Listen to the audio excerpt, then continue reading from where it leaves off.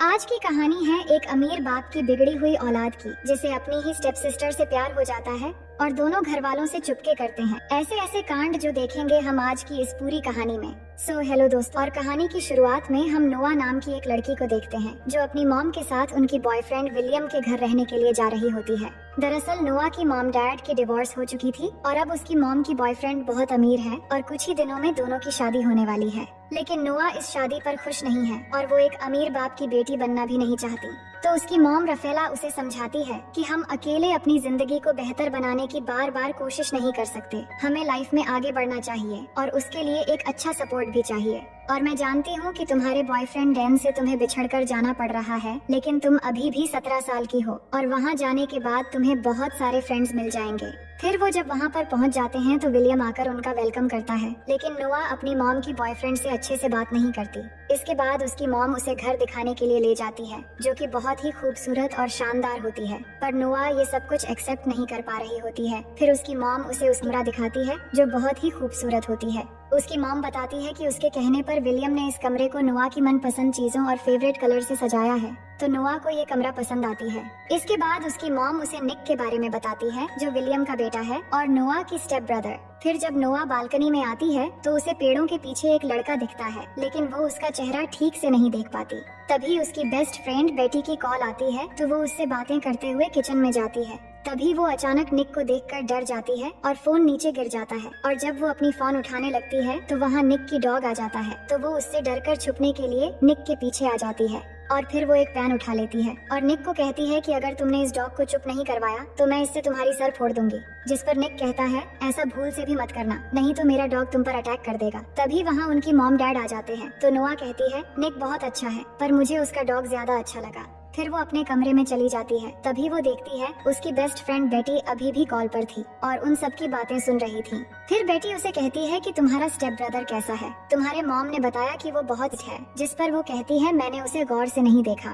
इसके बाद अब रात में सभी बाहर डिनर करने के लिए जाने वाले होते हैं, जहाँ नोआ एक खूबसूरत ड्रेस पहनकर सामने आती है, तो सब उसकी ड्रेस की तारीफ करते हैं और डिनर के लिए निकल जाते हैं। अब रास्ते में नोआ अपनी बॉयफ्रेंड को मिस कर रही होती है। तभी वहाँ निक अपने गाड़ी से उनको ओवरटेक करते हुए आगे चला जाता है। इसके बाद सब वहाँ पहुंचकर डिनर करने लगते हैं, जहाँ पे नोआ बातों बातों में निक को इंसल्ट करने लगती है, लेकिन निक ये सब लाइटली लेता है और फिर अपने मॉम डैड से कहता है कि मुझे थोड़ा इम्पोर्टेंट काम है तो मुझे जाना है। ये कहकर वहाँ से जाते समय नोआ को कहता है कि मुझसे बचकर कहाँ जाओगे सिस्टर। तभी निक के डैड उसे नोआ को घर छोड़ने के लिए कहते हैं और कहते हैं कि संभल के गाड़ी चलाना। फिर हम आगे देखते हैं कि निक तेजी से कार चलाने लगता है और कार के अंदर ही दोनों झगड़ा करने लग जाते हैं और बातों बातों में नोआ निक की मॉम के बारे में कुछ गलत बोल देती है, तो ये सुनकर निक कार रोक देता है और गुस्सा होकर नोआ को कार से उतारकर बीच सड़क में छोड़कर चला जाता है।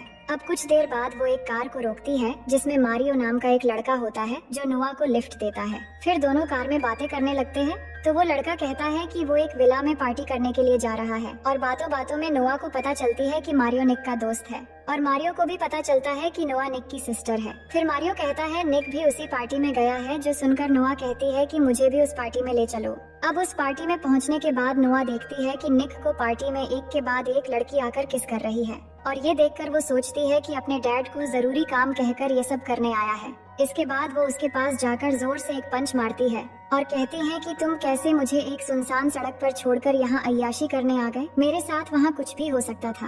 और कहती है कि तुम्हारे डैड तुम्हें मिस्टर परफेक्ट समझते हैं, अगर तुम्हारे ये सब अय्याशी के बारे में उन्हें पता चल जाए तो कैसा होगा।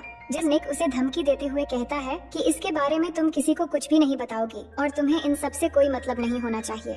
फिर नोआ कहती है कि तुम लड़कियों के साथ फ्लर्ट क्यों कर रहे थे, तो निक कहता है कि लड़कियां खुद व खुद मेरी तरफ खींची चली आती हैं और इस दौरान वो नोआ की काफी करीब आ जाता है, तो नोआ उसे दूर कर देती है। इसके बाद निक फिर से जाकर अपनी अय्याशी में लग जाता है। तभी वहाँ नोआ के पास एक लड़की आती है जो बताती है कि वो निक की बचपन की दोस्त है और बातों बातों में दोनों की दोस्ती हो जाती है और थोड़ी दूरी पर ही हम निक को देखते हैं जो नोआ को चढ़ाते हुए एक लड़की को अलग ही स्टाइल से किस कर रहा होता है। फिर वहाँ रॉनी नाम का एक लड़का जो एक गैंगस्टर था, वो नोआ से बात करने लगता है और उसे एक ड्रिंक ऑफर करता है। जिसकी एक घुट पीने के बाद नोआ को काफी अजीब लगता है। तभी वहाँ निक आकर उस लड़के को धक्का मार के नीचे गिरा देता है, लेकिन नोआ निक को चिढ़ाते हुए फिर से उस ड्रिंक को पीने लग जाती है तो निक उस ड्रिंक को गिरा देता है और कहता है कि ये लड़के ड्रिंक में ड्रग्स मिलाकर लड़कियों को पिलाते हैं। और इसी बीच नोआ को चक्कर आने लगते हैं, जिसके बाद निक उसे घर लेके जाने लगता है।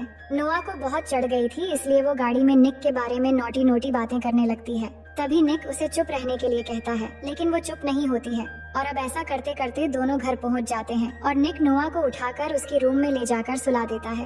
तभी निक की मन में नौटी ख्यालात आने लगते हैं, लेकिन वो खुद को कंट्रोल कर लेता है और नशे की हालत में सो जाने के बाद नोआ को एक सपना आता है जहां वो देखती है कि वो बहुत छोटी है और उसकी मॉम उसे जगा रही है और फिर उसे छुपाकर एक जगह रख दिया है, क्योंकि उसके असली डैड उसे और उसकी मॉम को टॉर्चर करने के लिए दरवाजा खोलने को कहकर चिल्ला रहे हैं। अब हम सुबह का सीन देखते हैं जहां निक नाश्ता कर रहा था और जब नोआ उसके पास आकर पूछती है कि रात को हमारे बीच क्या हुआ था, तो निक उसे तंग करने के लिए कहता है कि रात हमारे बीच बहुत कुछ हुआ। तो नोआ ये सुनकर परेशान हो जाती है।